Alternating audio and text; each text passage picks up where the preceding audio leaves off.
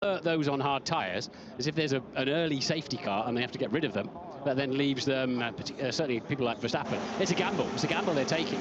And I also think that somebody like Verstappen, should there be an early safety car, actually won't pit. He'll stay out to get track position and go long. Because he's very limited by the tyres he's got left, a medium and a soft for the rest of the race. But if you're going to take a gamble, this is the place to do it. Monaco with a casino at the top that we race up to and then drop back down to the harbour. And there we can see Lando Norris on pole position. It's a short dash to the first corner. We don't often see drivers getting past into turn one. If he holds steady, normally you go on and win the race. But today, the strategic teams are going to be working feverishly and drivers have got to keep a cool, calm head. So what we're looking out for is, normally you see those in the lead really going really slowly to keep the pack tight so that nobody's got a chance to make a quick pit stop and undercut them, so they control the race like that. They can't do that so much today. Will they zoom off into the distance and build themselves a gap? But I think what we've also got to be looking closely at are teams, all the teams I think will be playing a game with their two cars somewhere along the line, and you might see, it looks like Piastri or Hamilton, you may see falling back, but actually that's under team orders to make a gap. But will Lewis Hamilton want to do that? Would Oscar Piastri want to do that? But the teams have really got to think on their feet more today than I think any other time in a dry race, I would say. So we need someone experienced, we need someone who can keep cool and calm and monitor 20 different drivers at Sky Race Control. And luckily for us, this afternoon we've got Karim Chandok. Hello, mate. Hello, Crofty. This is going to be a stressful couple of hours, but I'll do my best. On the grid, Martin, Christian Horner didn't like it when you said they've got 4 cars in this race. However, Liam Lawson and Yuki Tsunoda starting on the softs. They're going to struggle. Those soft tyres will go off quickly. Are they planning to create the gap for Max Verstappen, who's starting on the hard tyre? Could they be playing that big team game here? I think that's something to watch out for. Mercedes, everyone expected them to stop early, but they've got both cars on the hard tyre. Are they going contrary to expectations? Yes, I asked Christian that on the grid because, of course, Red Bull are the only company with 4 cars on the grid, but there are other teams that share, for example, the Mercedes-Benz power unit, but they are very much totally separate entities. So this might be one of those, despite Christian Horner denying it strongly, and he's probably got to do that, well, he has got to do that, you might find a 4-car play there at some point, depending how it all shakes out. You might have seen an advert for F1 the movie in the tunnel on the formation lap. That's out on June the 25th. This is real life, and no one's written the script for this one today. The last 4 Monaco Grand Prix in the dry have been led from start to finish. Well, Lando Norris and his family will be hoping to make that 5 out of 5 today, but there is a long way to go here before McLaren can think of a 16th win in Monaco. They're already the record constructor here around these streets. It's not a pit straight, you can see it's a pit banana really, but it's only 140 meters from the start to the first braking point. So gaining an advantage down there is quite hard to do unless somebody's had a particularly poor start, and you can already see that Lando Norris is pointing towards the left. He wants to build himself a bit of space for a nice wide turn in to the first corner if he can. This time last year, Charles Leclerc was on pole.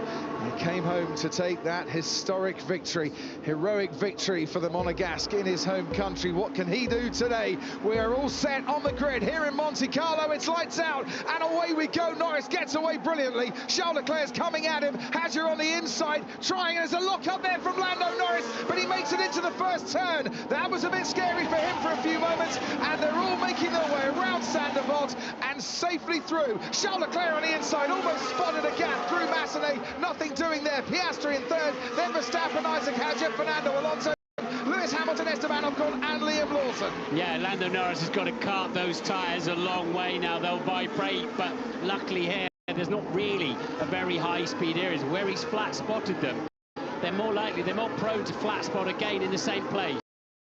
At the back, there's a lock-up from Lance Stroll. Ollie Behrman on the inside, trying to get past the Aston Martin, but he thought better of it and backed out. Didn't want to pick up any damage down the inside there. Goes Kimi Antonelli and into the barrier. Goes Gabriel Bortoletto, one of 6 rookies in this race, and the Sauber is stranded at Portier. So we will surely have a safety car unless he can find reverse quickly and he should be able to get that car back to the pit. But before the cars get around there again. If he's still there, green flag, he's reversed it out of the barriers. And filing out into the pit lane, I can see the Red Bull crew for an early pit stop, maybe for Yuki Tsunoda, who started on the soft compound tyre. As completing the first lap, Lando Norris has the lead of this Monaco Grand Prix by over a second from Charles Leclerc. Into the pits does come Yuki Tsunoda and Pierre Gasly for Alpine and Ollie Behrman, and the virtual safety car has been deployed. You lose 21 seconds for a pit stop in normal conditions. Now you only lose 10 seconds. Talk about dream scenario for those that had intended to pit, as we talked about all through the pre-show. Some cars pitting instantly. You can't pit until the end of the first lap. Now they've got a cheap pit stop as well, and this is just perfect. Not perfect though if you have a stop like that. Ted's there. I know he's at the back anyway, but Ollie Behrman's got some issue. The tyres aren't ready, the wheel's not ready. It's a nightmare. So I know he's at the back, but it's just getting worse and worse for Ollie Behrman. So they were swapping hard compound for hard compound. Antonelli's gone up the inside. Bonafide overtake, but has obviously caught Bortoletto out. I suspect they had Ocon's tyres on the front, and this is so Bortoletto's gone round the outside of the hairpin and taken the place, and Antonelli's decided he's having it straight back again. Well, the gap was there. Kimi pushed me out. Or did he? Was he far enough alongside the Sauber on the inside whilst trying to overtake to make that corner his own? We need to see a different camera angle as to whether he was alongside. He was on the inside, so his front axle had to be alongside, at least alongside Antonelli's mirror to have won the corner, shall we say. But whatever the case, doesn't matter who's right or who's wrong. Bortoletto should have got out of that one. So virtual safety car, and the drivers will poodle around at 40% of their racing speed. The race in effect gets neutralized, and Yuki Tsunoda by pitting has come out now 5.5 seconds behind Lance Stroll, so that's a nice bit of clean air for him to drive into and to increase his time rather than getting stuck behind others in the middle of the pack. Yeah, the leaders and the midfield, you know, they will need to be thankful that it's not a full safety car, so that those that have pitted, and we're talking Tsunoda, Gasly, Behrman and Bortoletto, those that have pitted would have had a totally free pit stop and just cruised up to the back of the field. They can't do that, they're quite a long way behind. But I noticed that Lawson, we thought he was on soft tyres on the grid. The computer updated, and he's actually on medium compound tyres. Yeah, and if you're surprised that the likes maybe of George Russell, who might have been thinking about pitting for some clearer air, haven't, he's on the hard tyre, doesn't want to sacrifice those hard tyres at this stage of the race, despite having 2 new sets of that hard compound going into this race. Looking at those barriers, as the cars file past at Portier, are the marshals going to have to rearrange those a bit and make them a touch safer before we get going again? I would leave them, personally, because it's not a high-risk area. I don't think I would, because that's a red flag, obviously. Yeah. I don't think that's necessary. Jeff Bezos here. I'm not sure if his yacht is parked in the harbour or not. Difficult to see it, even if it was. There are that many boats here. That corner at Portier is a 50-mile-an-hour corner, but race control will need to be satisfied that the drivers have the protection they need before we can go racing once more. Yeah, we'll see what the report is from there. I mean, there's several layers of that, but yeah, as I say, I don't think it's a high-risk area that they need to literally switch this race off for. That would then, obviously, everybody then who, well, that gives everybody a free, not that that's a reason to or not to do a red flag, would give everybody a free pit stop. So Leclerc then with a tremendous run down the outside. Norris got away well, but in the second phase, Leclerc found more grip, and Lando locked his front tyres, a bit of cadence braking, Piastri fending off Verstappen as well. So both McLaren are struggling a bit, but doing well in racecraft to maintain position there.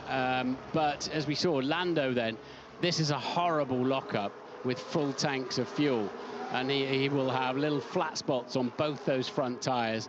You run about 56% front brake bias. That's why the front axle locks up rather than the rear axle. And Lando did well to get off the brake pedal and turn the steering wheel.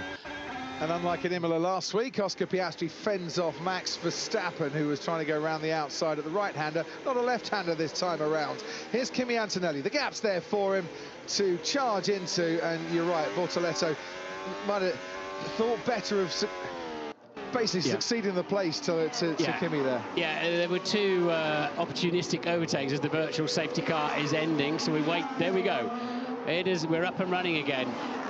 Yes, so it was opportunistic from Bortoleto and then opportunistic straight back again for Antonelli, but he was far enough up the inside to have won the corner. I wouldn't expect him to have a penalty for that. And Karun's telling me that Lando said nothing about vibrating tyres at the moment. But now he's up to racing speed. We'll see what the radio messages are. Into Sandovot we go, racing now here in Monaco on lap 5 of 78, making the steep climb up Beau Rivage towards Massenet and onto Casino Square. Lando Norris leads Charles Leclerc. It's McLaren ahead of Ferrari, and they're a long way clear of Oscar Piastri already. Exactly. So we've got one answer already. The leaders want to get out there and build themselves a pit stop gap. And there's Piastri, as you say, falling back quite significantly. That's an interesting gap there. 22.4 seconds, Norris to Tsunoda. If Norris was to pit now and McLaren put in one of their usual speedy pit stops, he'd come out just ahead of Tsunoda. If Tsunoda can match the times of Norris, that can put a bit of pressure on the leader, who may or may not get out ahead of Tsunoda when he pits. Yeah, but you wouldn't want to do that, and then there's a safety car 2 laps later or something, would you? So that's the lottery of today. Absolute lottery. Yeah, but you've got to be in it to win it, and if you've got a ticket on the grids, opportunities are there for you. There's the current tyre situation. Anyone who was on the softs at the start has got rid of those, which is not a surprise at all. You need to run 3 different sets of tyres, 2 of which have to be of different compounds. No further investigation. Antonelli and Bortoleto for that incident that saw the Sauber into the barriers, and Lando Norris starting to move ahead out in front. 2.5 clear of Charles Leclerc, and he's out of any threat of DRS behind him, but the gap all the while increasing to Oscar Piastri. And McLaren's words coming into this race and how they were going to run it will pursue the team's interest, but will preserve the interests of both drivers. So it's about the team first, but we don't want to disadvantage the drivers. No, and you know, there'll be several phases to this race, but Piastri then 2 seconds a lap slower. That is absolutely clear that he is playing a team game there. So Norris and Leclerc will get out front and build, even if they catch back markers, those back markers are duty bound to get out of the way under the blue flag, so they can build a gap out front and get a pit stop for those two. Karun Chandok, Sky Race Control. Yeah, Crofty, it's illustrated by the fact that that group led by Tsunoda, who pitted on lap 1, wouldn't come ahead of Piastri now. So if Piastri pitted, he'd be behind Yuki Tsunoda. That is the way that the pace is being played at the moment. Do McLaren reverse it? Is it a question of we're going to give Lando the opportunity now and then play a game later to support Oscar? But Norris is still tyre managing, because Ollie Behrman did a 1:15.5 last lap around. Norris 1:19.1. Wow. 3.5 seconds slower than Ollie Behrman, currently down in the penultimate place in 19. And the thing is, Ollie Behrman has got a lot of track clear ahead of him because of that very slow pit stop down at Haas. So he's got a lot of ground to make up. He's only got Gabriel Bortoleto behind him. And out in front, these are the first laps led by McLaren here in Monaco since 2011, which was Jenson Button. I'm sure he still remembers those laps. Lap 7 of 78, we're on board with Lewis Hamilton, who qualified 4th and picked up a 3-place grid penalty for impeding Max Verstappen. Now he has Fernando Alonso ahead of him. They're both on the hard compound tyre. They'll hope to clear Isaac Hadjar by the time Hadjar has to stop. But can Lewis Hamilton play a role today for his teammate Charles Leclerc and build a gap? So Behrman a 14.8, Norris a 19.1 still on the previous lap. Can the leaders afford 4.3 seconds a lap? Behrman faster than Norris, the leader. That's going to catch the attention of the front-running teams. Well, the thing is, there's a 37-second gap between Lando Norris and Ollie Behrman, but can the leaders afford to tyre manage in the way they are, or are they having to, because the tyres will grain otherwise? Yeah, well, it won't be very long. It's not easy, not difficult to calculate. He's gaining 4 seconds a lap on them. It'll only be 10 or a dozen laps before Behrman's closed that gap down. And Lewis Hamilton not making an impression on Fernando Alonso in that Aston Martin. And Esteban Ocon running very close to the Ferrari behind here. So is Hamilton starting to make a bit of a gap? He was 7/10 slower than Alonso on that previous lap, and he was round about 2 seconds slower than his teammate Charles Leclerc. And we're looking now at George Russell, who's 13th, and Kimi Antonelli 14th, the helicopter looking down as at Mirabeau they swing right-handed, and there's a real queue of cars here, and it's trying to get out of this queue of cars that is going to be the key here between success and disappointment. So Ollie Behrman is what we call undercut, changed tyres and going a lot faster. Everybody, including Lawson in P9, if they all pitted now, Behrman would be 9th. At the front end, so it's really working for him. But it's a double yellow that's been waved. Has someone had a bit of a moment out on the track? I can't see anyone going too slowly.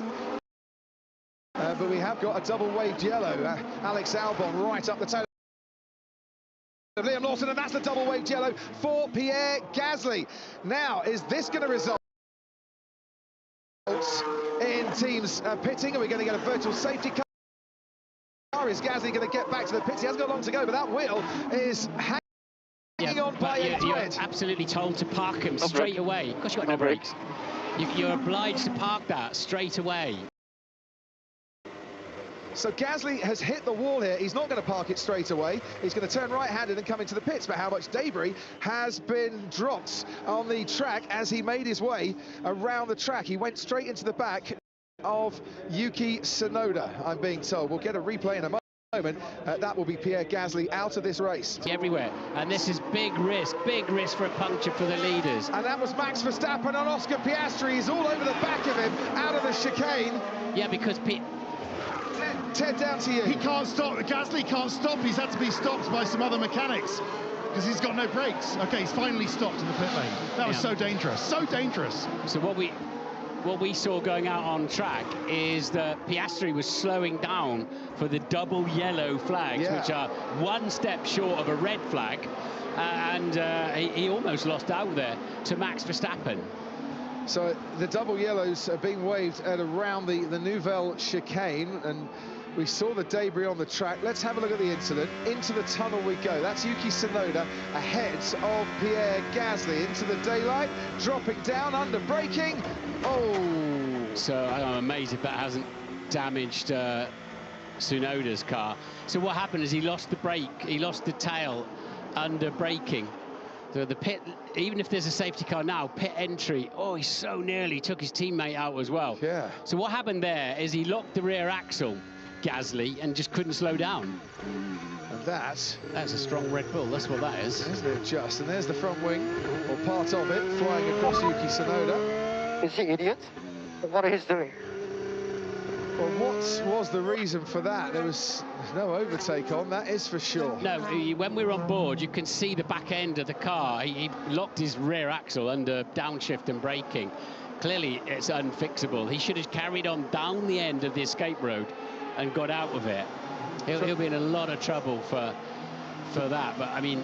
So the pit entry is closed, nobody can pit, so I assume there's debris at the entry to the pits. And there's a car in no man's land as well, isn't it? So they put a new front wing on it. They're not going to put it out in the race again, but that's so they can put the jacks under it to get the dolly wheels underneath to move it out of the way.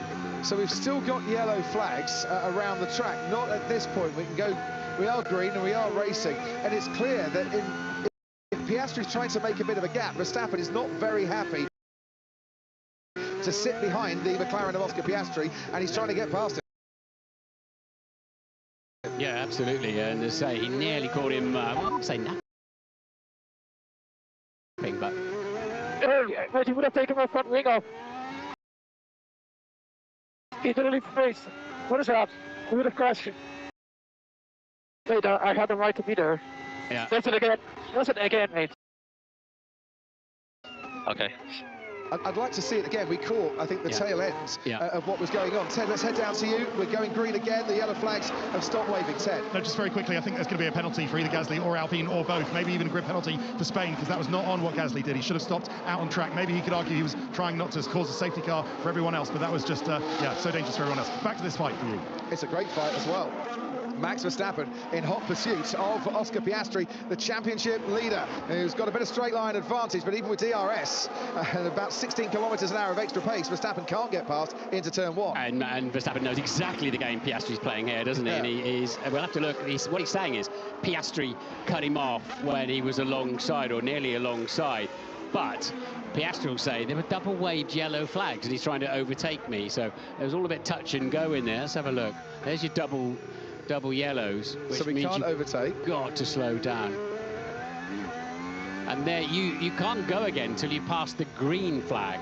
And they hadn't got to the green flag. Correct. So I don't think Piastri will be in any trouble for that one. Yes, he was obeying the flags, which is what you must do at all times on this lap. Piastri has moved a bit further ahead of Max Verstappen. It's a second, the difference between Norris and Leclerc out in front. As the championship stands at the moment, there'll only be 3 points difference between the two McLaren drivers going to Spain, which is the next race on the calendar. Isaac Hadjar still runs in 5th. Alonso now has Lewis Hamilton within a second behind him. Esteban Ocon runs 8th. Lawson, Albon completing the points.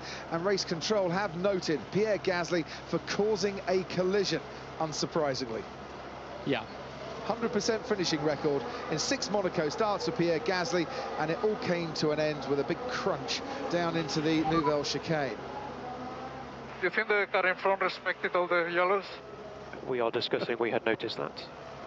It's not often Fernando Alonso misses anything. No, and what he's recognising is Hadjar's a long way up the road since the yellows. So let's see is Hülkenberg pitting. So Hülkenberg pitting, and he was in the middle of a right old train of cars from Lawson all the way back to his teammate Bortoletto. So Sauber thought, do you know what, let's roll a bit of a dice here. We'll bring Nico in for his first pit stop of this race and get him out into clear traffic again, which, Martin, has worked brilliantly for Ollie Behrman, because he's now right at the back of that train that Hülkenberg was in. There was a great risk of a safety car there, a full safety car, I thought, because there's a lot of debris on the track. It's a high risk for punctures for the lead as well, and you don't want to puncture through somewhere like the tunnel here, 160, 170 miles an hour. But as you're probably working out now in this Grand Prix, it's not about just watching the top 3, it's about watching all 19 of those still out on the racetrack. Yes, because Pierre Gasly has retired and he'll be investigated after the race by the stewards. Karun, down to you. Yeah, just to illustrate, Crofty, that lap 1 pit stop, by getting the cars out of the train and doing it with the VSC So we benefit. see abrasion on the front left, but similar across all cars we care about. So don't worry too much. Carry on, Karun. Yeah, they had graining on Friday as well, didn't they, McLaren? But Nico Hülkenberg has ended up 11 seconds behind Gabriel Bortoletto. And that's what we were talking about before the race. People, if they got a VSC early on, those at the back doing that early stop would help them. Colapinto's come in now. He's going to drop to the back. Just one other thing. There's a nice gap opening up in front of Liam Lawson. So between Lawson and Ocon, if Lando Norris now pitted, he would come out in free air for about 7 seconds in that gap. So that might be a window that McLaren could look at. It would be an early pit stop, but he's got to pit again, Martin, so it's not necessarily a disadvantage. And Lawson is under huge pressure here from Alex Albon. But Lawson's doing a job, I believe, for Verstappen in the Red Bull here to build a gap. But others, of course, can use that as well. Hadjar now told to pit. So, on board with Alex Albon into that Nouvelle chicane. He's certainly got a pace advantage over Liam Lawson. Can he find a way to try and get past the other Racing Bulls? Career best start, a 5th on the grid, and the highest ever start for the team here in Monaco. Now pits. Where's Hadjar going to come out? They will hope it'll be just in front of Liam Lawson, his teammate. 2.7 second stop, that's pretty neat. Soft tyres have gone on, and out into the sunshine comes Isaac Hadjar ahead of Lawson and in 8th place. Yeah, that's worked well for him, hasn't it? I mean, the soft tyres are about as useful as a chocolate fireguard this afternoon, but a lot of them have got to cycle through because it's all they've got left. McLaren have 2 brand new sets of the hard compound tyres available, so do Mercedes for that matter. But critically, Leclerc doesn't, and nor does Verstappen. So we've gone into this race with McLaren having the ability to go medium, hard. For Isaac Hadjar. What do you want me to do? You want me to keep pushing? We stay, we let him go. Plan B, stay with Norris. Okay. Meanwhile, Oscar Piastri has started to pick up his pace a little bit now and is only 3.5 seconds behind, or 3 seconds as he crosses the line behind Charles Leclerc. And Lando now in the 1:15s. Remember, he was in the 1:19s, and a Formula 1 car goes a very long way in 4 seconds. It certainly does. Ted, down to you. It's worked out really well for Hadjar. Nice tactics from Racing Bulls. He's rejoined 8th in front of Lawson. So, case of champagne from Hadjar to his teammate Liam Lawson. He created a gap for Hadjar to pit onto the soft and go right back just ahead of Lawson. Nice one, Racing Bulls. Meanwhile at Mercedes, Martin, are you surprised we've not seen a Russell or Antonelli make an early pit stop here? They're kind of just stuck a little bit in midfield at the moment and not trying to make things happen for themselves. Well, given they've got 2 new sets of hard tyres, yes, I wondered if with at least one of the Mercedes, they would have tried some kind of counter strategy. That's a very unusual shot I don't think I've ever seen before.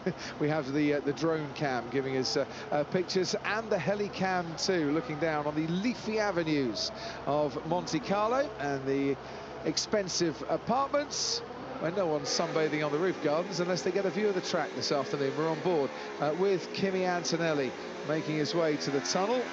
Yeah, they're all sat in that Mercedes garage at the moment, not looking like they're going to come out anytime soon. Are they hoping for a late safety car as Fernando Alonso now comes into the pits for a new set of tyres for him, or a different set of tyres. Hard compound, he had to just stop there because Ocon was making a pit stop at the same time. He didn't want to be released into the path of the Haas. And Ocon was a little bit sticky getting away himself. Out into the race, Hadjar still ahead of Fernando Alonso. The undercut work there, for Isaac Hadjar. Normally it's an overcut race, is the Monaco Grand Prix. Yeah, so we're watching this. What it is doing is starting to free up the leaders for some opportunities as well. And Norris now in the 1:14s. What does it need from me? I'm 4th now. This is our race. So Lewis Hamilton was holding back a little bit. Now the reins have been released. Karun, to you. And the reason is, Doctor, he's got a 6.4 second gap to Max Verstappen. 17 seconds behind is Isaac Hadjar. So if Lewis can use the tyres, use any grip he's got to pull another 2-3 seconds on Hadjar, he will clear that group. But not just Hadjar, but also Alonso and Ocon. Just speculating, Mercedes. Do you think they're going to try and go all the way late on for a late safety car and do 2 stops in the last 5 laps? It's possible, you know. You either go early to try and make things happen, or you go late. What surprises me is that they haven't kind of split the strategy and decided to go one way with one driver, one with another. Push now, Fernando. I know I haven't given you much info, but just keep pushing now. I'm going to cover Hamilton. I can't push now! Alonso can't push now because he's right behind Isaac Hadjar. We're riding on board at the moment with George Russell. That's Carlos Sainz ahead of him, and Norris has now set the fastest lap of the race. Yeah, Norris is going for it out front. If Norris pitted now, he'd come back out in 5th place. So there is a gap building as Lance Stroll pits. Interestingly, Ollie Behrman also pits. That's his 2nd stop of the race, which means Ollie Behrman has now completed his pit stop cycle. And they obviously think at Haas that he can go to the end of this race without needing to pit again. And it's the medium tyre that's gone on as Lewis Hamilton is told to come in and box. So a pit stop for Ferrari, Red Bull, McLaren, Mercedes, all staying in their garages for the time being. So they've pitted Behrman back out into free air again, but that's a big ask to go 50-odd laps on the medium compound tyre. It's hard for Lewis Hamilton, and he should come out ahead here of Isaac Hadjar, who's just making his way around Rascasse, the final corner, and along the main straight. Hamilton at 60 kilometres an hour after pushing and indulging in a spot of hammer time is now back out onto the track, and he has leapfrogged Isaac Hadjar and up into 5th place. There's the Racing Bulls behind him. Can't make my mind up at the moment whether this is fascinating or just too chaotic, to be honest. And dominate, you know, the pit stops are dominating the race, but I don't think we can make that decision until the end, frankly, when we see how it all plays out. What is happening here, Martin? Liam Lawson is holding a lot of people up, and I'm surprised others aren't trying to get out of that train, whether on the hard tyre or not. Here's Lando Norris, race leader, about to come into the pits. He's led this race from the starts. Charles Leclerc carries on and will now take the lead. Oscar Piastri carries on, will take second place. Max Verstappen carries on and should take third, and Lando Norris with a 2.7-second stop poodles his way down the pit lane and will rejoin in fourth place. And now we're going to get a feel for how good these hard compound tyres are on a front-running car. And the good thing for McLaren is they can go a long way on these before they need to stop again, so they can open the window as wide as possible to scoop up a safety car. And the even better thing for Lando Norris is that, and McLaren, is that he's actually got two sets, new sets of that hard compound tyre, so he's got another one at his disposal when he pits again. Hadjar pitting again. Short second stint for him.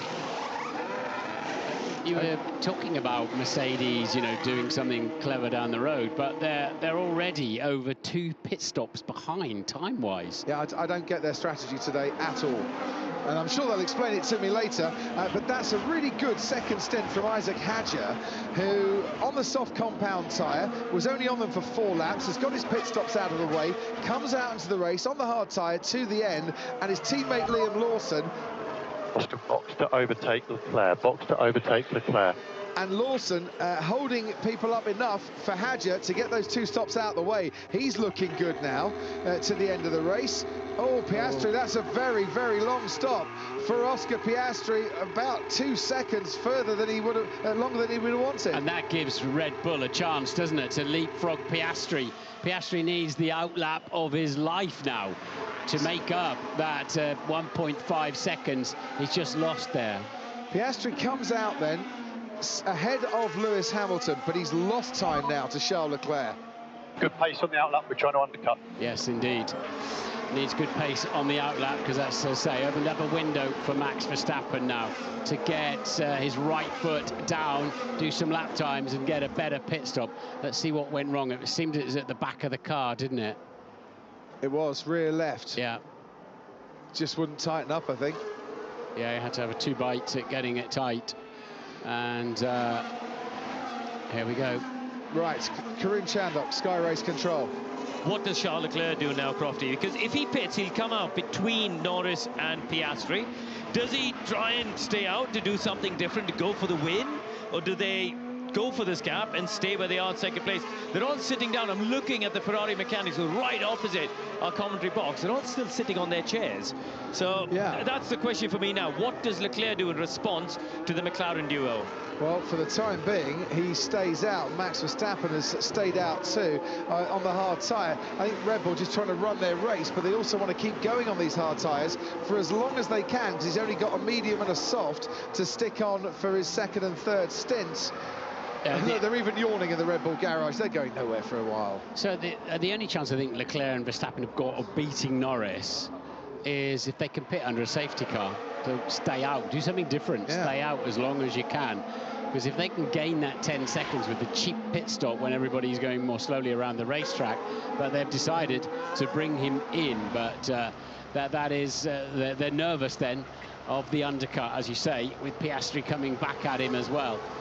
So we're watching Charles Leclerc on track, and Oscar Piastri is just making his way through the tunnel currently. So if Leclerc pits now, the prediction is that that will be the gap to Piastri, which should be nice and safe to get Leclerc back out comfortably ahead of the McLaren. The crew get to work. Off go the mediums, on go the hard tyre. That was simply magnificent from the Ferrari crew there, who have had the fastest pit stop in 6 of the 7 Grand Prix so far this season, and that was a 2-second stop. And it looks all the more beautiful for it. There goes Lando Norris, out comes Charles Leclerc. So Norris ahead of Leclerc and Piastri still behind him. Yes, it takes a bit of a while. They come out of the blankets at 70 degrees C, then you trundle down the pit lane, and then you've got to get them back up to where you need them on track around 100. So you'll lose a little bit of time as well. That's why Norris is disappearing down the road, and Piastri did a stunning 1 minute 13.8 but it wasn't enough.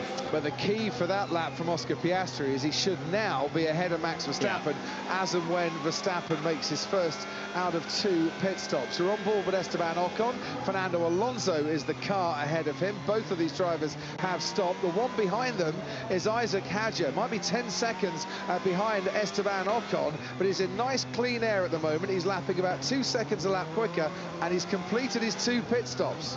And let's remember that because of the way that Verstappen and Red Bull used his 13 sets of dry tyres up through practice sessions and qualifying, Verstappen has to use the soft tyre at some point. He's got to go onto it in one of the 2 pit stops. That's a big disadvantage. Unless, of course, it's a mad rush from a late safety car at the end of the Grand Prix. Yeah, absolutely. And we've seen plenty of those over the years here in Monaco. So now it's third, because that didn't work very well. So plan is keep the safety car gap on Hamilton. Go with Leclerc if you can. Leclerc is the car ahead of Oscar Piastri, and we'll see how their times pan out as the laps go on, both on the hard compound tyre. In fact, the top 6 all running the hards currently. That's Fernando Alonso's battle with Esteban Ocon. Alonso, the unluckiest man in Formula 1, he says, still hasn't scored a point in Formula 1 this season. Looking good so far this afternoon. And what Piastri's frustrated about there is he was obviously being used to make a gap earlier on, and now the undercut hasn't worked for him, and it's like, okay, well, what are we going to do now? He's annoyed, but Ted's got more news. Yeah, it didn't work for him, but it did work for Lando, didn't it? It just preserved anything that might happen to Lando's lead in his early stop. So, yeah, we'll see what happens there. Fernando Alonso is quite interesting for me, sort of holding up Esteban Ocon, Hadjar, but yeah, I'm still loving this Hadjar strategy, as you are, Crofty. I mean, maybe it might not be a podium, but it's going to be somewhere close. It's such good thinking, and yeah, set for some big points. Now Verstappen might just have got that pit stop jump on Oscar Piastri. James Vowles is on the Williams pit wall, though, and he's with us this weekend. We're trying to get our head around the strategy, James. How do you think your strategy is working out at the moment? Yeah, it's not really. As you can see, there's a team game here being played by VCARB. So Lawson slowed down about 3-4 seconds a lap, gave the gap to Hadjar, who's managed to do 2 of his stops, his 2 stops, whilst holding back half of the field. So difficult times for us. I think P9's all anyone can be fighting for outside of that. Could you not just get one of your drivers out of that train then? If you do, you get stuck in the same train as Tsunoda. Tsunoda stopped, if you remember, right there on that one, so he's already got 1 stop out of the way. So effectively, they're waiting for us as well. Yeah, and you're waiting for a late safety car? There's a few things that can fall our way. One of them's a late safety car, but I have to say at the moment, we have to acknowledge Hadjar's done both stops. Whatever happens, it's going to be difficult to get anywhere to him. Is it fair game, James, the team play? Is that just the way it goes when you've got 2 cars in the race each? I think that's what happens when you create these regulations. We discussed it. It's interesting, exciting that people stopped on lap 1, but you get 2 cars qualifying together. That team has to, given how close this championship is, play the team game. James, thanks ever so much. We'll be back with you in a little while. And that explains then why we're not seeing movement from Williams and probably not from Mercedes as well. Even the likes of Ollie Behrman, who's stopped twice, now getting onto the back of that train, and everyone gets slowed down as a result. Now this is very, very tight, isn't it? The predicted gap, Verstappen may be ahead of Piastri as and when they pit. Piastri has got to start banging in some quicker lap times here. He has, and he is doing so, but 14.9 to Max's 15.1 last time around, and Sainz is backing off. Yeah, if he was just given a target of 19.0, so he's going to start backing you up now, I suspect. There's your Maybe team you give him game. a surprise moment, George. There's your team game, isn't it? yeah, you need a calendar to time that, not a stopwatch. You can see George Russell's frustrations there, but I think Williams are starting to play that same team game. We've seen it in the past here before. We've seen it, Kevin Magnussen allowing Nico Hülkenberg to get a point in Jeddah last season as well. Yeah, I'm not liking it. The team game? No, these regulations. I'm not liking it. Well, we had such high hopes for them We did. Well, let's give it time, but I don't want to see drivers all the field playing a game. And you know, this is about excellence.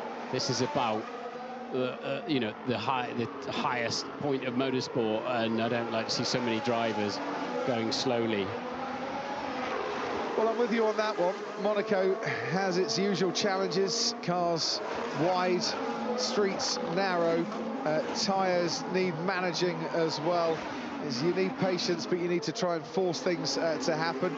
You've got to try something, and once again, have the engineers found a way to engineer the fun out of the race. Yeah, I wonder if they should have said you must take one stop in the first half of the race or first third of the race. But we'll see how it all pans out a little bit later on. A long way to go. We're not even near half distance yet, so a lot to play out yet, as we watch Franco Colapinto in the pits and Bortoletto gets out in front of him. And Ted has further news. So that's Bortoletto to the end. He's made 2. Colapinto has also made 2. Hasn't he, Crofty? Yes, he has. I think he has, according to my notes. I'm quite liking it because it's just random. Beware the helpful or unhelpful teammate, though, Martin. There is an element of skullduggery to it. I've got to tell you, Max Verstappen's going quite slowly at the moment. He's got to pit now, otherwise he's going to be behind Hamilton. So he's got the pit gap to Hamilton at the moment, but he won't have for long because Hamilton's quite rapid behind him. Always looking good for Max Verstappen, about a lap and a half ago, but you're right, the lap times have now slowed down, and he's also coming to the back of the train that has Sainz down to Hulkenberg, so that will be even further, and out come the Red Bull crew into the pit lane. Max Verstappen is going to be pitting as he makes his way around Rascasse. No brainer, he's got to pit. He doesn't want to catch that little lot up, does he, surely? Yes, there he is. There he comes. Tsunoda carried on. Verstappen comes into the pits now in the shade, nice and cool for the cruise, and a very slick stop. There goes Lando Norris, 2.3 seconds for Max Verstappen. Here comes Charles Leclerc. Next car is Gabriel Bortoletto, being lapped by Oscar Piastri. Piastri is still then ahead in this race of Max Verstappen, and just staying out for a couple of laps longer has put Max Verstappen back behind Piastri again. Verstappen on the medium compound tyres, they have been graining up a little bit as well, but the track will rubber in and they're using up some of their fuel load. But I think that they've not got the optimum Red Bull today, tyre availability, unless something bizarre happens in the last few laps, and those used soft tyres he would have to put on. Doesn't even have a new set of soft tyres, Max Verstappen. Here goes Ollie Behrman down the inside, battling here with Lance Stroll, and Lance Stroll was not about to let the Haas car past, and both of them did well to avoid any major contact and a hit into the barriers. Karun, to you. Yeah, Crofty, just watching the Isaac Hadjar versus Lewis Hamilton positioning at the moment, and Lewis will clear Hadjar, so Lewis will be banging at some good pace here, and he should come out comfortably in front of Isaac Hadjar when he does his second stop. So that's at least some good news for him after recovering from that grid penalty after qualifying. Absolutely. Can Lewis Hamilton catch Max Verstappen when they do their next stops as well? Because whilst Lewis Hamilton went into this race with one new and one used set of hard tyres, the hard tyres had not been used much, they'd just been scrubbed. And I think Ferrari fancied their chances on tyre wear over the Red Bull. Why didn't flags? We'll keep asking. Race leader is stuck right in the middle of all this. You can see Lance Stroll and you can see Ollie Behrman, you can see the papaya with the Riviera livery of Norris in the middle of it. And what's happened here is that Sainz is backing all that lot up to help his teammate Alex Albon get a cheap pit stop. And meanwhile, and you have to be really careful. Did he just nearly touch the barrier on the way? You have to be really careful lapping a lot of cars. They don't always see, they're so busy racing each other. Yeah. They don't always see you coming through. Just for one moment, Ollie Behrman thought there was a gap at the back as he slides his way into the chicane and launches his Haas car into the air, and that could have been a dangerous moment. Bring tears to your eyes, that one. Whew. And there comes Leclerc then on the back of the pack as well. So quite rightly, Lando Norris. So it's an automatic system as well. They start getting a blue light on their steering wheel when a car gets within 3 seconds. And within 1.5 seconds, if you pass 3 blue flags and don't yield, you'll get a penalty. Medium tyres on Ollie Jumped out Bevan. again, didn't it? Yeah. Oh, that's why he had to go over the curb. He had a massive slide on the way in, had to counter steer into the slide, and it sounded to me like it actually jumped out again. It did a little bit, I must admit.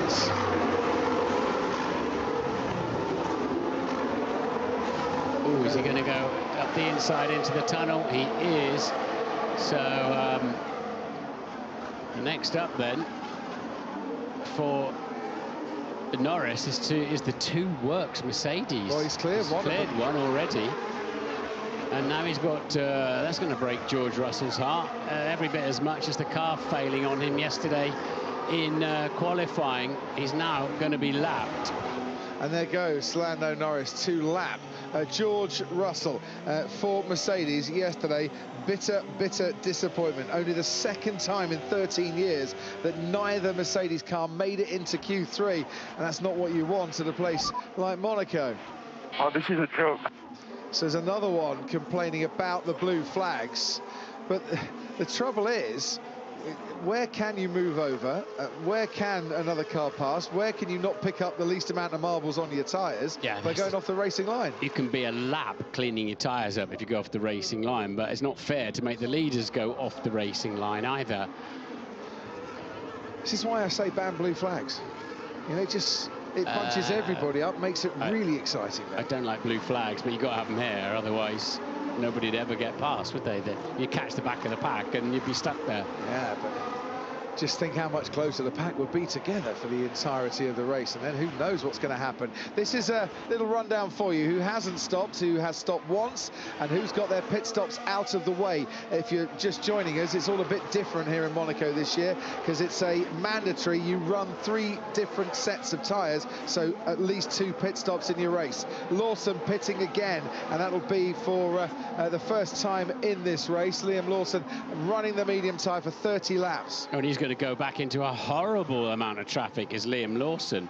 However, he's done the job for his teammate, Isaac Hadjar, by keeping all of those at bay and behind Hadjar. Actually, no, he got out just ahead of Sainz. I thought he was going to be behind that pack, and he's got through there, has Lawson. I sure feel like Monaco Grand Prix 1972. Long before he was born, but I think I know what he means. So Hamilton's got a free pit stop behind him to Alonso in Alonso 6th, should he choose to take it, but again he might be hoping for a safety car. Jean-Pierre Beltoise, the winner of the 1972 Monaco Grand Prix, as I'm sure you all knew. Lawson's done the job for his teammate. Sainz doing the job for Albon, who's going to be coming into the pits and will hope to jump a few cars when he gets out of his stop, in his first stop of the race. And before you ask me, no, I wasn't in the 1972 Grand Prix. You were watching at home, weren't you? Wasn't that much later than that, though, was it? Good point. 40 years of service to Formula 1 and broadcasting, and we were so chuffed with your OBE, Martin. Congratulations. Really worthwhile. And you should be proud. Alex Albon and the Williams crew, are they proud of that pit stop? There goes the Racing Bulls of Liam Lawson into turn 1. Albon hasn't managed to clear Lawson, and he's going to get lapped by Charles Leclerc. But he does come out in 10th place, so it's no loss. It's no gain, but you could see there, just moving over, how he had to get onto the marbles and pick up little bits of rubber onto his tyres. It'll take him a lap to get rid of those. Absolutely, yeah, and he's busy trying to get those up to temperature, as I explained before. Ted's got some more news. I mean, it's worked. So, you know, as James Vowles said, they're racing for 9th position. So, Alex, it's worked for Sainz's tactics, but how is Sainz going to feel about that? He's a proud man, he's a proud racer. He's not the only teammate who's going to be asked to do the team job today. But it looked promising to the start of the weekend, and then all sort of started to go away in qualifying, and that's what's put him in this position, as just being sort of active helper for Alex Albon. I think, Ted, as I said on the grid walk, the teams have to consider that driver A and driver B take the emotion, take the name, take whatever. That's why, you know, Lewis Hamilton was on the radio saying, and what do you want from me now? You know, he's statistically comfortably the greatest of all time, but he had to play the game as driver B because he was second on the grid. Yeah, George Russell did a 1:19.3 on the previous lap. He crosses the line for a 1:21.1, and I mentioned that because he got lapped on this lap, and that's how much time he lost. 1.8 seconds out of his race time by being lapped, which shows you just how being lapped can affect you on one lap, let alone having to unlap yourself a bit later. And of course, if Lando did have any vibration from that big lock-up into turn 1 of the first lap, he's parked those tyres now. He certainly has, and he is looking pretty good out in front. 6.5 seconds the gap between Lando Norris and Charles Leclerc. Then a gap of 5 seconds back to Oscar Piastri. Max Verstappen, threading his way through the back markers, has now cleared Alex Albon and can set after Oscar Piastri once again. He's running in 4th. Lewis Hamilton running in 5th, and he's having to make his way now through those back markers. He has a big gap, though, back to Fernando Alonso. It's a free pit stop, really, to Alonso, even if they didn't stop at round about the same time. Isaac Hadjar runs in 7th and catching Fernando Alonso, and remember, he hasn't got to pit again. Esteban Ocon runs 8th, Liam Lawson runs 9th, and Alex Albon currently 10th and the last point scorer. Lando Norris flying out front, now got a 6.7 second lead, so you can see at the top of your screen those hard compound tyres, the C4 here working really nicely. Remember, McLaren have got 2 brand new sets of those, one on the car now and another one sitting in the pit lane to get them to the end of this Grand Prix. That looks quite peachy, doesn't it? Certainly does. Just looking at the lap times, Hamilton with all those back markers, you know, losing a couple of seconds on the last lap to Max Verstappen. So the team's having to try and work a different strategy for Monaco, and then all these back markers, these long trains of cars that have been caused by Liam Lawson backing the pack up for his teammate Isaac Hadjar, and then Carlos Sainz backing the pack up for his teammate Alex Albon to preserve their places in the race. Well, that's now adding to the lapping of other cars taking place a bit earlier and losing so much time in your strategy. Still 19 cars running then. They all seem to be on the same piece of racetrack there behind Carlos Sainz. And still in the 1:19 is Sainz. Yes, there's currently no one between Portier and the swimming pool entry. Here's Fernando Alonso now making his way through the tunnel to try and put that one right. Bit of sliding there for George Russell through that final corner. Hamilton, well, Russell gets a little bit closer there to Carlos Sainz, but you just can't see a way past, not with these cars as big and as wide as they are now, as into the pits comes Gabriel Bortoleto for the 3rd time in this race.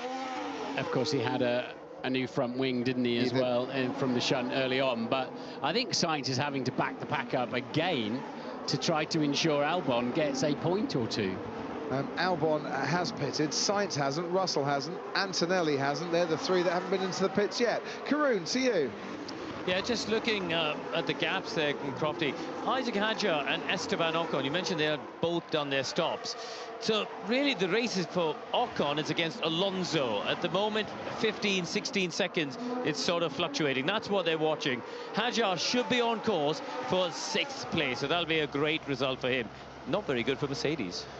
No, this has been a day to forget so far for Mercedes. It will be a day to remember for Isaac Hadjar, the man from Paris, who would be on for his best finish in Formula One so far if he can get that 6th place in the race, beating his 7th in Suzuka. Ted, to you.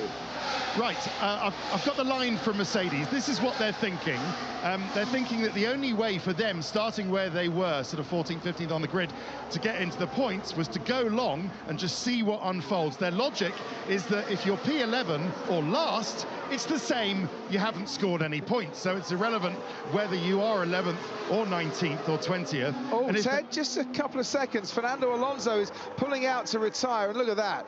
That, as disappointing as that is for Fernando Alonso, he has gone straight to a gap and has got his car out of the way. So we can cover this under yellow flags without the need for a safety car. Yeah, retire the car, smoke. And that tagline, Ted, of the unluckiest man in Formula One continues, and it continues here at Monaco. Alonso's out of the race. So I wonder if that was the power unit temperatures that we were afraid of. A lot of people, engineers in pit lane, were afraid of before the race, but we'll hear from them. But yeah, just finish on Mercedes. If they'd stopped earlier, it would have solidified into pretty much the position they are at the moment, and they're just going to see how the team games ahead of them play out, as we see Ferrari making a second stop. Are they thinking there might be a safety car, but Hamilton's got a free stop behind him anyway.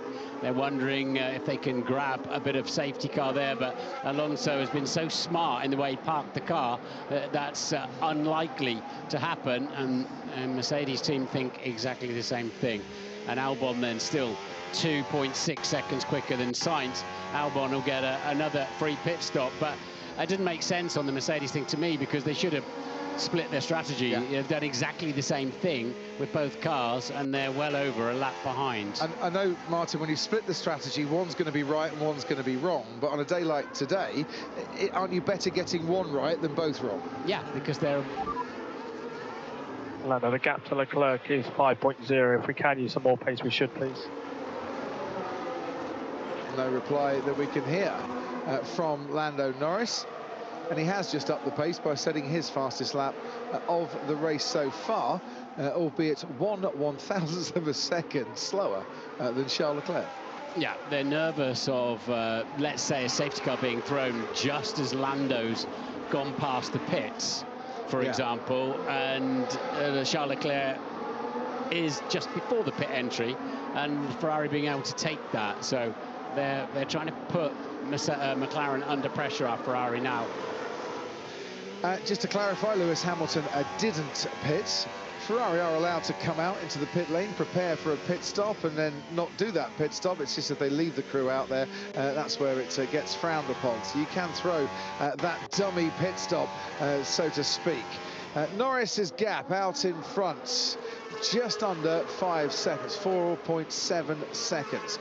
The gap back to Oscar Piastri widening all the time. He's currently third, and there will be 3 points between himself and Lando Norris at the end of this race if things stay the way they are. Max Verstappen running a solid job on the medium tyres, currently his fourth fastest, 11 laps those medium tyres have done. If Alex Albon gets that much closer, or any more closer to the barriers, his medium tyres aren't going to last. And Lewis Hamilton running in fifth, and that sadly is Fernando Alonso walking back to the pits. Pointless after 8 races, his worst start to a season in 10 years.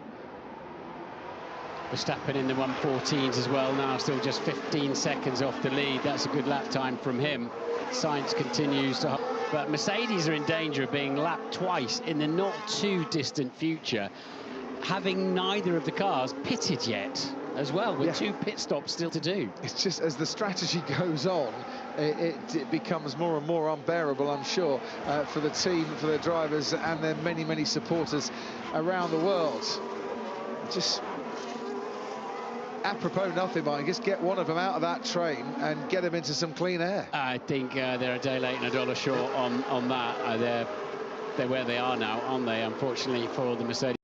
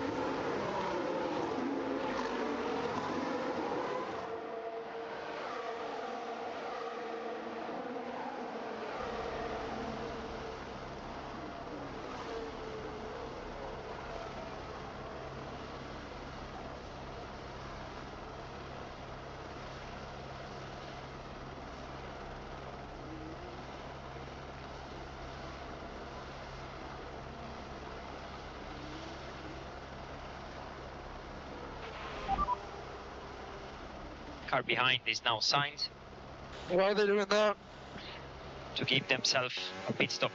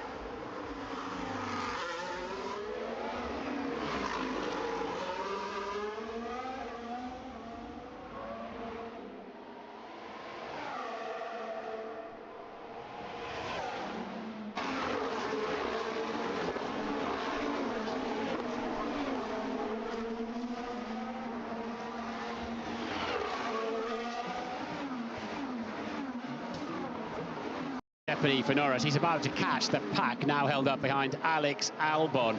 That'll cost him a lot of time. McLaren won't ideally want to, there is that pack.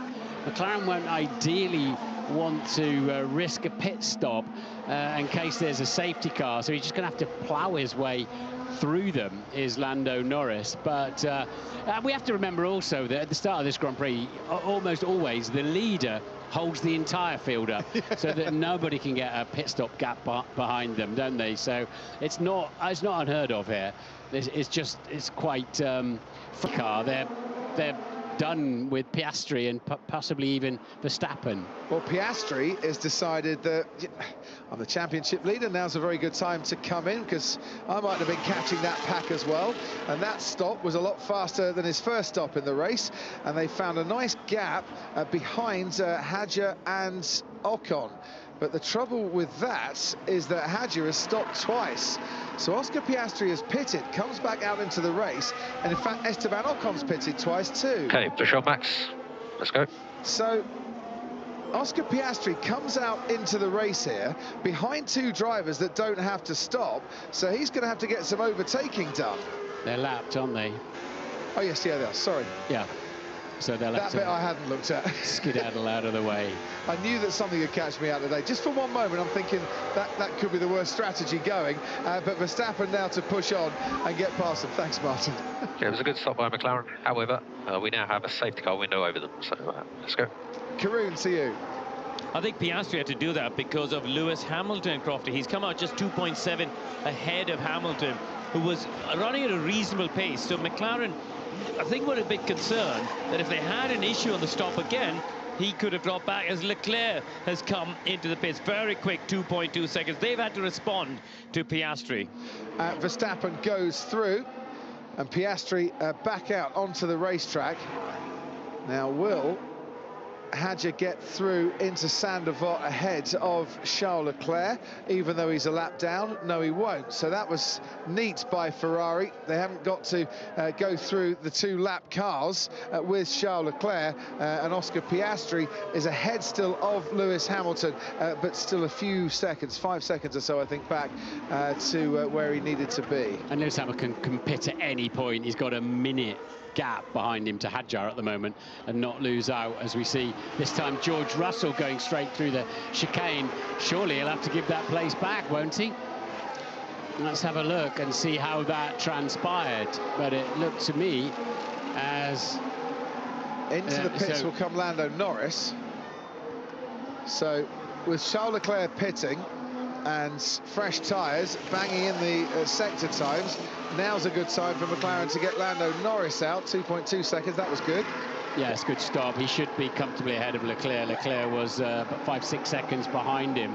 But you know what might be happening with Russell there is if he gets a 10-second penalty, he's way better just getting down the road and taking a 10-second penalty than looking at the gearbox of another Williams. It's a fair point. Lando Norris then back out into the race, second on the track, net leader.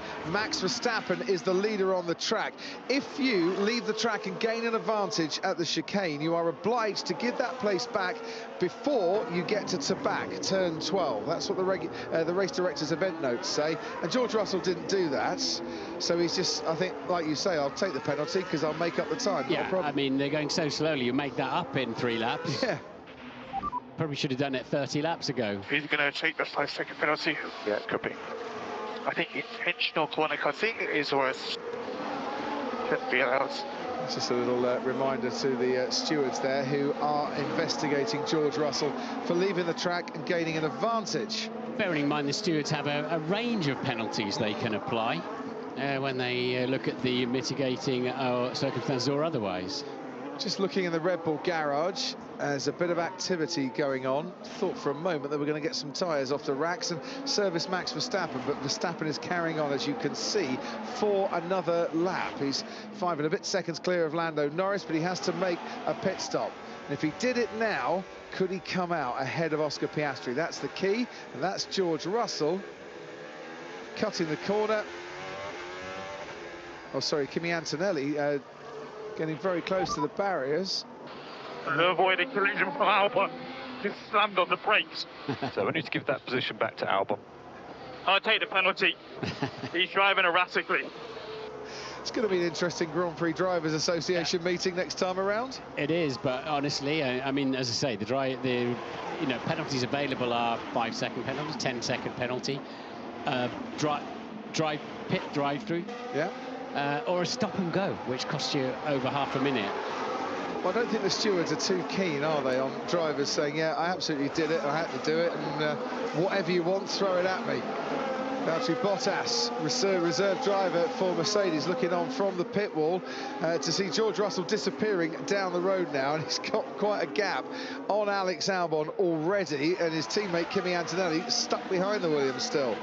VB is a reserve driver for Mercedes, McLaren and Williams, I believe, isn't he? Yeah. No, or Aston Martin. One, 3 teams anyway. He's probably looking at them all going, you're all still going. He's a busy man, or not a very busy man, depending on what happens over the weekend. 18 seconds, 15.7 seconds now between Verstappen and Piastri.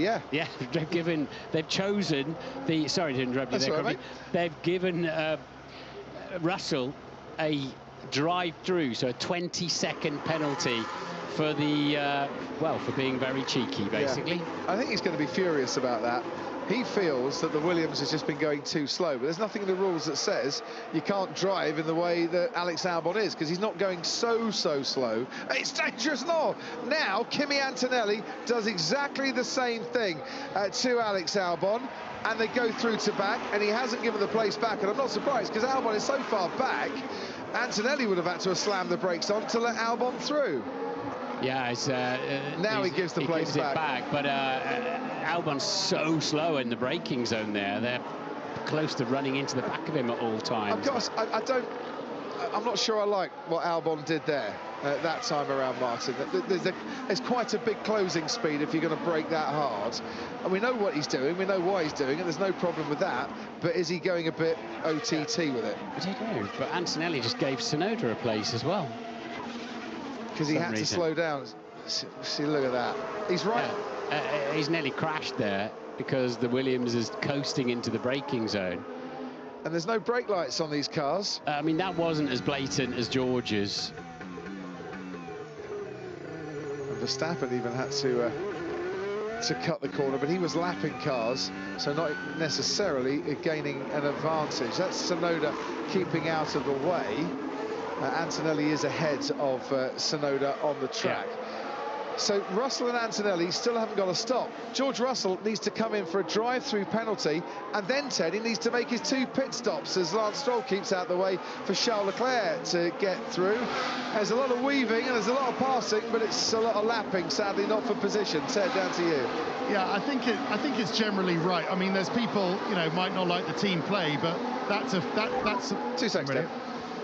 So we've got a drive-through penalty, but we'll delay it as long as we can. To be honest, that's not the speak. Hey, Phil.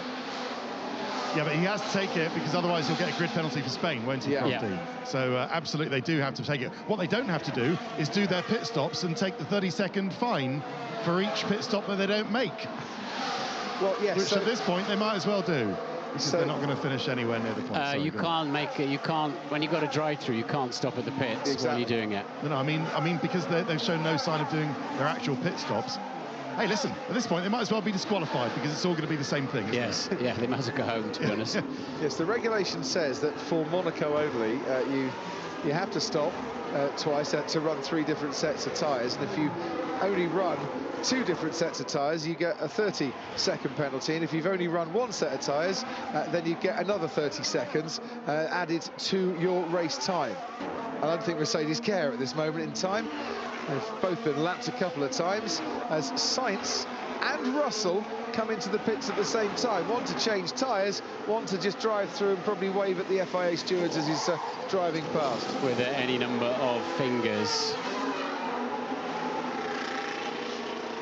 So where's Carlos Sainz going to come back out into this race? Ahead of his teammate Alex Albon. Would imagine on the track. He does too. He does. Albon has gone that slow that Carlos Sainz comes out in 9th place. So he's moved up a couple of places as a result. His teammate is down in 11th, but George Russell is not going to keep 10th in this race. Yeah, and Sainz has got to do... has he got to do one more stop? That's his stop's done. Second one, yeah. It's the second stop made, so that's actually put him ahead of Albon, as you pointed out. So that's team game played by Alex Albon there, and to an extent that George Russell was getting pretty frustrated and infuriated behind him. Okay, mate, doing really good. Obviously, Verstappen was just trying to hang it out for a VST or worse. Yeah, look, a red flag now, and Max Verstappen is absolutely in the box seat. A safety car at this very moment. He could get a pit stop and stay out ahead of Lando Norris. All things being equal, he will come out once he makes his final pit stop ahead of Hamilton and behind Piastri. Yeah, a red flag now would give Max a tyre change. Ferrari coming out into the pit lane as well, presumably for Lewis Hamilton. So, yeah, a red flag would give Max a fresh set of tyres, albeit used soft tyres, and Hamilton comes in the pits. But he would keep track position, wouldn't he? Yes. So that is what they're playing for now, a Red Bull.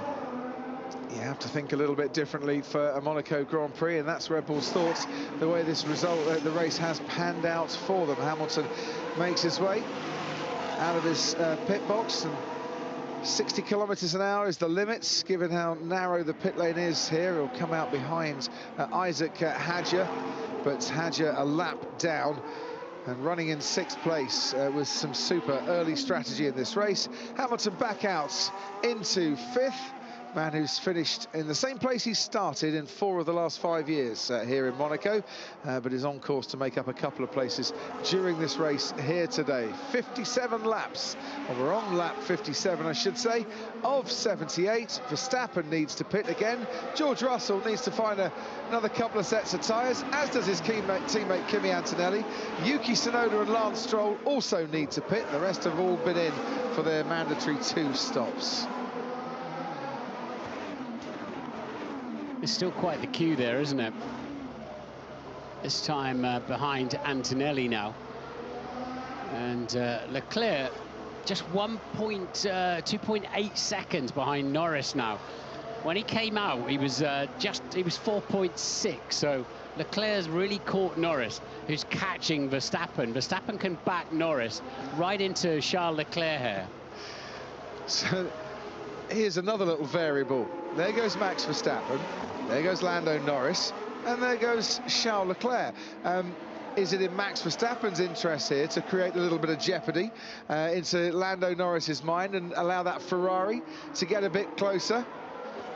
Could we yet see a little bit of overtaking here in Monaco? We have had 2 incidents where drivers have retired. Fernando Alonso out because of a power unit issue, and Pierre Gasly running into the back of Yuki Tsunoda. If you're just joining us, the Yuki Tsunoda incidents with Pierre Gasly happened right at the start of the race, and we'll hear from the driver in a minute. Martin, you want to say something? Yeah, this is risky territory for Norris and McLaren. Verstappen ahead of them will be very reluctant to be passed because he wants to keep track position, and he will be very happy to back Norris into Leclerc and see if they can't trip over each other. So let's show you that incident with Pierre Gasly and Yuki Tsunoda to remind you what happened a little bit earlier on. Pierre, sorry to see you at this stage of the race. Just tell us exactly what happened. Yeah, well, I didn't expect Yuki to move on the braking there, so yeah, one thing. You know, he made a small mistake before the tunnel. I was pretty close from him. He was braking very early. He started to brake on the left, went to the right, and then moved back to the right, and I was cornered. Because it was slightly misinterpreted over team radio that you had a brake issue, but you didn't. No, the brake. Once we had the contact, it just snapped the brake, so it was after the contact. I told them I lost the brakes following the contact, but probably on the broadcast, the timing just made it look like I lost the brakes, but it wasn't the case. Very sorry today. Very disappointing day for Pierre Gasly. We're on board now with Charles Leclerc powering down this main straight, and he can really now see Lando Norris in front of him. He's in Norris's DRS as well now, and yeah, although the DRS down the pit straight is not really enough to get the job done, is it? But Lando needs his wits about him here, front and rear. And meanwhile, behind these two, Oscar Piastri is now starting to put together some decent sector times. And whilst he has 7 seconds or so to make up on Charles Leclerc, I get the feeling, Martin, 10 laps time, he might well have done that. Yeah, he'll be there with him. He'll be right with them sooner than that, the way Max is holding them up. But to remind you, Max Verstappen is obliged to take another pit stop before the end of the Grand Prix at his leisure. So the thing with Max Verstappen is he can take another pit stop and come out in 4th place. He's got nothing to lose by doing this. But thinking long-term for the championship, for Red Bull and I think for the Drivers' Championship, does he want to see Charles Leclerc ahead of Lando Norris here? Is that a little bit better for him, or does he want to create a situation maybe where both cars tangle and lose a bit of bodywork, have to come into the pits? Either way, by staying out there, and I'm not suggesting for one moment Max is going too slowly, he's not. By staying out there, he's just creating this bit of jeopardy. And the other jeopardy is if you don't take 2 pit stops, you don't take your second stop, you get a 30-second penalty, then he'll be no worse off. And if he stops, he's going to finish 4th anyway if he stops. So if he doesn't stop, he'll still finish 4th. And he can control that out front.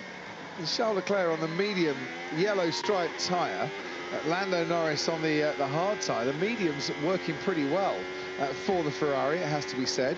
Oscar Piastri is now less than 6 seconds behind Charles Leclerc. And through the Nouvelle chicane we go.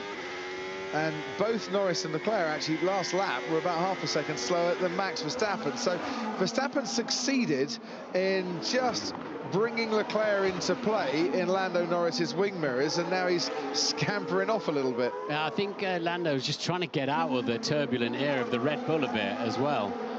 He doesn't want to follow that too closely. He's not going to cruise up and pass Max, so there's no point in overheating his tyres or his power unit too close to the back. He might as well give some of that heat out to Leclerc behind him.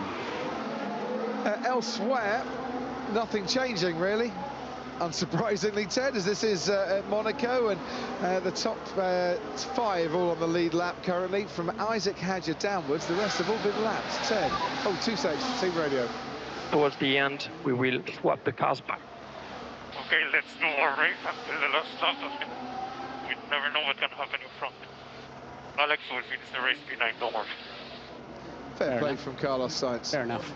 Good. Ted. Just wondering whether, Martin, you're right, talking about the McLaren power unit, because Alonso has confirmed to us that he was managing a power unit problem.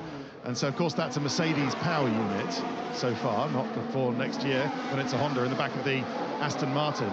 And so I wonder if Red Bull are thinking that's another thing that can pile on the pressure for Lando, in that he can't get close to Max particularly because he's got to keep his power unit cool, because Mercedes might have power unit overheating issues this weekend. But they certainly did on Alonso. It's possible, but I think there's no doubt about it. Norris is dropping off the back of now. He's slowed down quite a bit. He doesn't want to be too close to the Red Bull. He has to say, can't pass it. So let me just run that by you again. If Max doesn't take a second pit stop, he gets a 30-second penalty. Yeah. He will still finish 4th. If he does take a pit stop, he will still finish 4th. So he may as well hang it out as long as he can, in fact, even to the checkered flag, and to see if he can get if there's a red flag or a or a safety car right at the end. Can I give you another scenario as well? How does Carlos Sainz swap with Alex Albon when he's got George Russell in between them? That makes it a little bit tricky. And if you're George Russell, do you really want to be taking a pit stop to get out of the way so Williams can swap their cars around? Not necessarily, but George does have to make another stop yet. Well, he's actually got to make 2 stops, because he came through a drive-through, didn't he? He hasn't stopped at all. I'm just saying, very difficult to ask George Russell to do anything to benefit Williams at the moment, as he's been the one that's been quite frustrated, stuck behind them in the race. And yeah, asking the question as to why Alex Albon was slamming on the brakes as much as he was. Russell got a penalty for cutting the chicane and gaining an advantage. And your Salesforce driver of the day votes continue onwards. Who's your driver of the day be at this moment in time? Lando Norris. Yeah. So Piastri then still cruising up about a second a lap. He'll have that Ferrari in. There he is, just coming into the hairpin as the Ferrari exits the hairpin.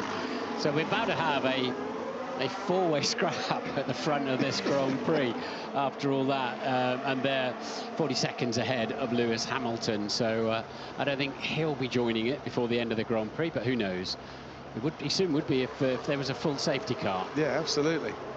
Which I suppose Verstappen has got to keep in the back of his mind. Red Bull have got to keep in the back of their mind as well. As George Russell is told to box. He's now going to come in for what is his first pit stop of the race on lap 64. Yes, he's showing once in the pits, but of course that was the penalty. Yes, you're absolutely right. So he will drop a long way back. Anyway, so in a way, it might pay Norris to just back Leclerc up a bit into his teammate.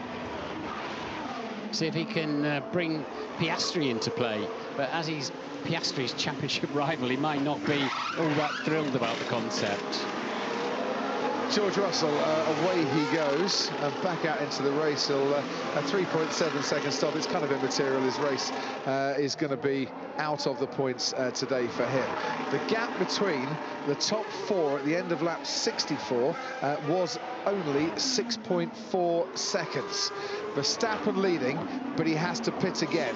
Norris, Leclerc, Piastri looking like the podium sitters at the moment. So just running through that again, just to... Yeah, Norris is slow.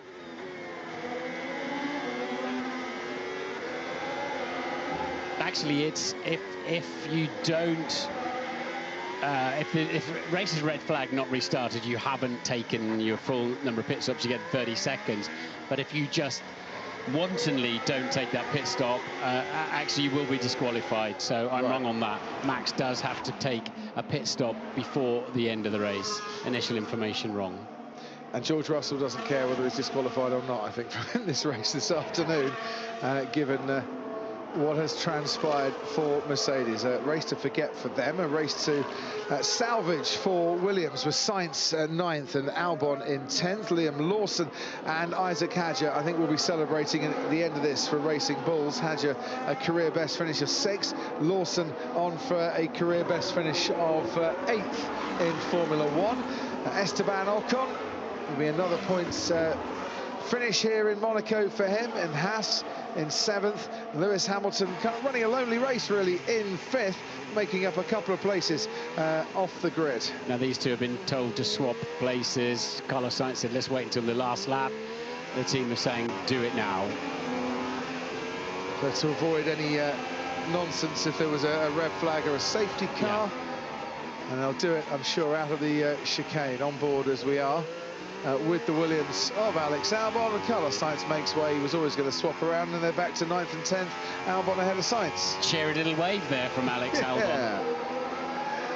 So that, they write that down on the charts. And as James Vowles said, look, it's not the way we wanted to go racing today, but it was the way that we were going to get a double points finish. Yeah, it's been quite clever actually, hasn't it? And they've got both cars now into the points. And where's Piastri? Here he comes at the top of the hill. Still got a bit of work to do as we start homing in on the final stages of the Grand Prix. 12 to go, including this one. The one who has lost out is Yuki Tsunoda, who's dropped down off the grid. Started 12th, lost 13th. He stopped early, hoping that others might as well, and as a result has just been stuck in that train all the way through the race. Oh, that was close. Well judged. He's on it. He is certainly on it. And Piastri now under 3 seconds behind Charles Leclerc. And Lando Norris only about half a tenth clear of that man in the Ferrari. Charles Leclerc leads the driver of the day results currently, and is making a big move down the straight to try and get a bit closer to Lando Norris. But realistically, you need about 3 seconds a lap of extra pace to get an overtake done down the straight and into Saint-Devote. Yeah, Lando's got to be, first of all, he's got to be careful he's not mugged somewhere where he's not expecting it down. But the reality is he's just got to come off the final bend well and have plenty of battery for the pit straight. And it's just not possible to pass him. Slowest corner on the lock. Look, one hand completely off the steering wheel there. They need all the steering lock, and actually you change the geometry often for here to give you a little bit more lock for the hairpin. It's Michael Schumacher's old trick, wasn't it? One-handed. Yeah. Through the Lowe's hairpin. I think what you need is way better grip coming out of Portier or out of the final corner, just to try and gain that extra couple of car lengths in Charles Leclerc's case that might get you alongside to force your way down the inside into the next corner. So he's close there, but then the McLaren's away. This is the one where Lando takes off like a scolded cat down the pit straight, and DRS or not, and that's all he needs to keep doing, and then leave plenty of space out front. And Piastri now just 2.5 seconds adrift, but his pace has slowed a little, hasn't it, in terms of catching this pair. But Lando certainly wouldn't want to be going any slower. You lose concentration, you lose tyre temperature. So Verstappen wants off of the tyres that he's currently on. Doesn't like the left-hand side. He's done 40 laps on these medium tyres. Yeah, but he's got to put the soft tyres, set of soft tyres on. You wouldn't want to use those more than 5 or 6 laps. But it's not going to really make any difference to his race, is it? A Max Verstappen. he'll come back out in fourth anyway with a big advantage. But meanwhile, he can make life very difficult for Lando Norris. Through the swimming pool chicane we go once more. Charles Leclerc chasing after Lando Norris. No sign of movement in the Red Bull garage. Verstappen is not coming into pit at the end of this lap. I'm sure Lando would like to see that Red Bull disappear down the pit lane as soon as he possibly can. The gap that was 6.4 seconds 3 laps ago between the top 4 is now 3.8 seconds. It's a no-brainer for Red Bull, isn't it? Because if there's a red flag, they get a fresh set of tyres, and he keeps the lead. So they've just got to keep play towards that, Ted. Yeah, Martin, should we remind people that we talk to engineers? We do a fair bit of work on Sunday morning, don't we? And the briefings we had earlier on today were talking about the 3 things. Team radio. Where's Oscar? I need him to put towels under some pressure. Yeah, he does. He's coming. He really does. He really does. There he is. So if he does win this race, Lando, it'll be just as hard, well, maybe not just as hard as Melbourne, but pretty stressful, won't it, Crofty, as well as Melbourne was. But the 3 evils that will ruin your race: 1, useful teammates; 2, traffic behind slower cars; and the 3rd one was a red flag, wasn't it, Crofty? And so, yeah, it's certainly been... Team radio? Yeah, Max is just backing me up. He's not even pushing. Which is his prerogative, isn't it? So there's nothing the team can do. They can't walk along the pit wall and go, "Would you mind, old chap, just ask your driver to get on with it a bit, please?" George Russell's coming in for a pit stop. Ted, will go back down to you. Oh, another. I hope Mercedes aren't as rusty as they were the first time. But given that they didn't have to make a pit stop for 68 laps, I can understand why they slightly were. But anyway, no one's been affected by the red flag yet, but that could, if it does happen, win Max the race. Traffic behind slower cars. Yuki Tsunoda, remember him? Yeah. Really affected by traffic. That early stop behind behind slower cars. And I don't think he hasn't made a second stop yet, Yuki, has he? No. I don't think he has. So that's really affected him. Ocon also, and Mercedes affected, of course, behind slower cars. And victims of the useful teammates, well, Mercedes again, and Williams, although they turned that to their advantage. But Racing Bulls really aced it with the old useful teammates. Absolutely. There's Oscar Piastri. He is gaining, Martin, but he's not gaining as much now, and certainly not as much as Lando Norris would like. No, he's about 3/10 up on this lap, but the problem is that it's going to take him 5-6 laps to get there, and there's not that many left. Right, mate, let's stay close to this fight in front. There could be opportunities here. Yeah, is he hanging back just to see if there is a bit of a kerfuffle ahead and he can zip past? No, he wants to get in the action, but my goodness, the back end of Piastri's car has been stepping out all weekend on the throttle, hasn't it? Certainly has. Right, Kimi Antonelli, the only driver that hasn't stopped in this race, and we're on lap 72 of 78. Karun Chandok at Sky Race Control. I'm not quite sure what the strategy is there, but he's actually coming in at the end of this lap. I can see the Mercedes crew finally coming out for Kimi Antonelli. We're on board with Charles Leclerc. Thought Karun was going to come in and say something there for a moment. I'm on board with Charles Leclerc. Through the tunnel, Lando Norris has got some decent straight line speed. Leclerc's keeping those medium tyres working really, really well. I just wonder, is there enough grip, Martin? Is there enough juice in those tyres to make a dart down the inside? Maybe at Raskas coming up, try and catch Lando a little bit by surprise. He's much quicker, isn't he, than Lando either is or wants to be at the moment, because Charles is braking, able to brake and just coast into the corners, carrying a lot more speed. But this is the critical bit yet again. Look how Norris just takes off. And that means that even with DRS on board as we are, we will never catch him, let alone be in a position to overtake into the first corner. So unless Norris makes a mistake here, he ought to have this covered. And well, we remember well the Senna Mansell sort of scraps, don't we? When, you know, as you put it out earlier on, you need to be at least 3 seconds a lap faster than the car in front to coast up and past them, and Piastri joins the party. There's a physicality, obviously, to Formula One, and it's tiring to complete these distances, even Monaco that's less than 300 kilometres in a Formula 1 car, but there's a mental fatigue as well, and this is the stage in the race where the mental fatigue can really catch you out. Look how late Charles Leclerc was on the brakes going into the chicane there. Is he close enough, I wonder, to try and make a move here? Not through to back. Oscar Piastri is now going to get DRS on Charles Leclerc, but what about out of the swimming pool chicane down towards Rascasse? You can see not quite as late as he wanted to be there. So Lando can just keep charging his battery up all the way around the track and punch it out down here. And Piastri now in DRS, got his rear wing open. And as Lando says, come and give me some help. Give Charles Leclerc something other to think about than passing me, please. All eyes to the track and a wave to the cameras as well.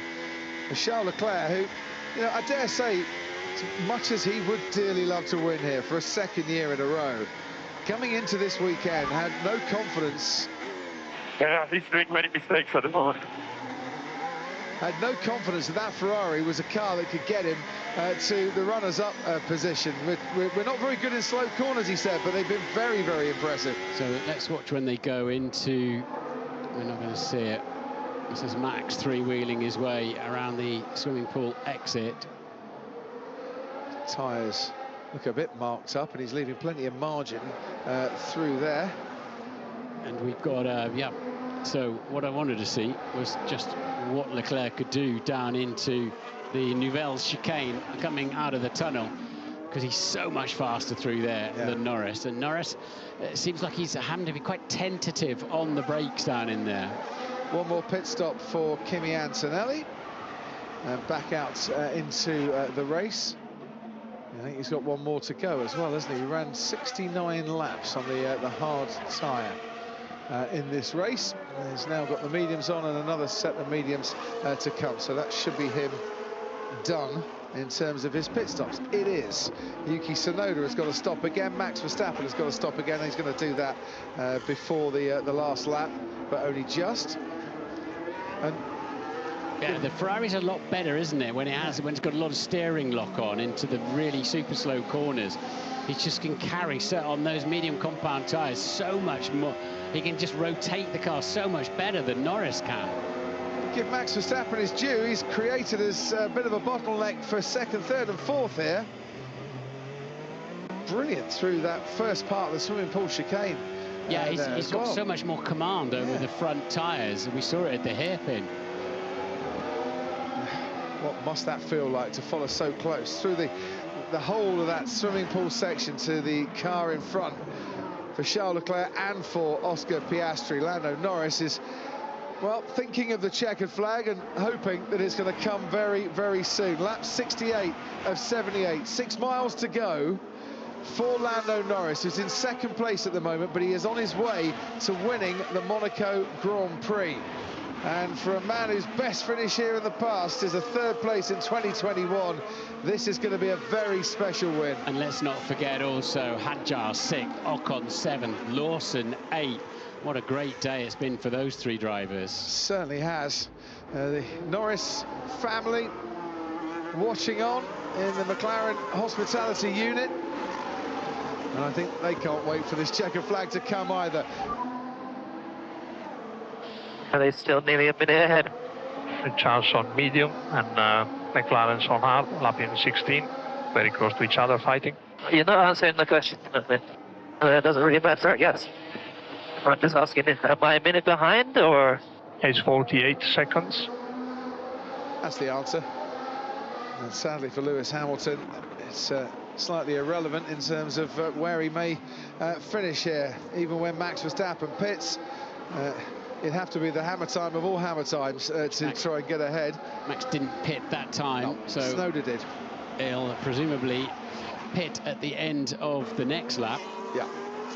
Ooh, and it just starts to look as if Leclerc's struggling for a bit of rear grip. We've seen last two times we picked up Leclerc, he's had the rear end of the car sliding around quite a lot. This is in effect your 1, 2, 3, and Max Verstappen will make way and make that second pit stop in a moment, and he'll be denied a victory here for what will be the third time around the streets of Monaco, and Charles Leclerc will be denied a victory for a second year in a row here in the streets of Monaco, because Lando Norris is your net leader in this race, and it has not been easy for him. He's had to put up with a fair bit of pressure in these closing stages, but he's got it all under control, and he's not putting a foot wrong, it has to be said. This is close. This is very close. Verstappen being told to pit, which is what we expected.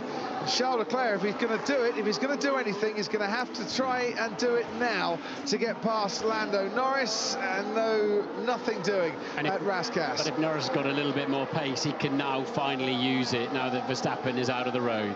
Yeah, because the clear air comes to Lando Norris's aid. Max Verstappen stops. Lewis Hamilton's just going through the tunnel as he makes his way down the pit lane to preserve that fourth place. And George Russell has just set a new fastest lap of the race, and his teammate Kimi Antonelli is going to take that off him to prove what Mercedes could do in the clean air that they never really got in this race. Norris has dispatched Charles Leclerc of any DRS threat, and he's just got a few more corners, Martin, for what will be the most special win of his racing career so far, and a win that I think at this stage of the season, we get to the first third completed, he needed a weekend like this. Yeah, and he has scampered off down the road. He did. It was a brilliant pole position, and it gave him command of this Grand Prix, took it, and he's kept it very nicely indeed, has Lando Norris. Look at the gap he's pulling out. Now he hasn't got the threat of Verstappen ahead of him. So, he won the opening race of the season in Australia, and he's been kept waiting to get back onto the top step of the podium, but the wait is not going to wait much longer. Lando Norris rounds the final corner, a record lap in qualifying to take pole, and victory in Monaco for the first time in his career. Lando Norris wins the Monaco Grand Prix. Charles Leclerc comes home for a fabulous second that he didn't think was possible on Wednesday night. Oscar Piastri third, is a 1-3 for McLaren, and a strong race for them.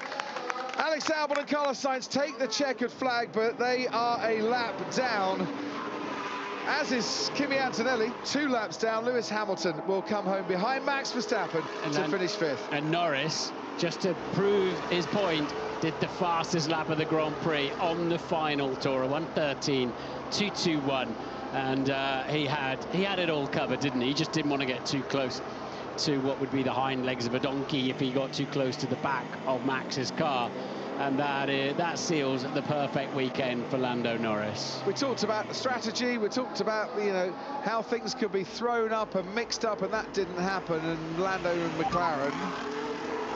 There you go, P1 in Monaco, baby. Monaco, baby! Yeah, baby! Touch of the Jensen buttons about that We one. did it. Well done. We won in Monaco. It's a dream. Well done, guys. Unbelievable job. Amazing weekend. Thank you so much. What McLaren did with Lando Norris is that they just drove a normal race, and a normal race that panned out very nice because they had the pace to do it. Yeah, they built the gaps when they needed to and got out front, and very calmly, you have to say, McLaren waded their way through what was chaos in many respects, and what they were able to do is keep themselves clear of sort of 5th through to 15th of what might be going on there that could get in their way if somebody ended up ahead of them on the road on a set of hard tyres or something. So they controlled it with pace. Peter. Yeah, good job, boy. I guess not much more we could have done today. It's a shame, but yeah, we tried everything. We have the celebrations to come, and I can see the Norris family skipping their way towards the podium at the moment and running down the pit lane, and Zach Brown is raising his arms to the crowd. If you're watching on Sky Sports main event, we'll be crossing to the final weekend of the Premier League season in about 3 minutes' time. Nottingham Forest against Chelsea, the shootout for the Champions League.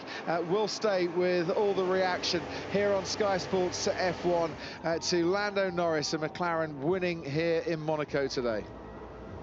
Yeah, lovely feeling, cruising down the pit straight there, parking outside the Royal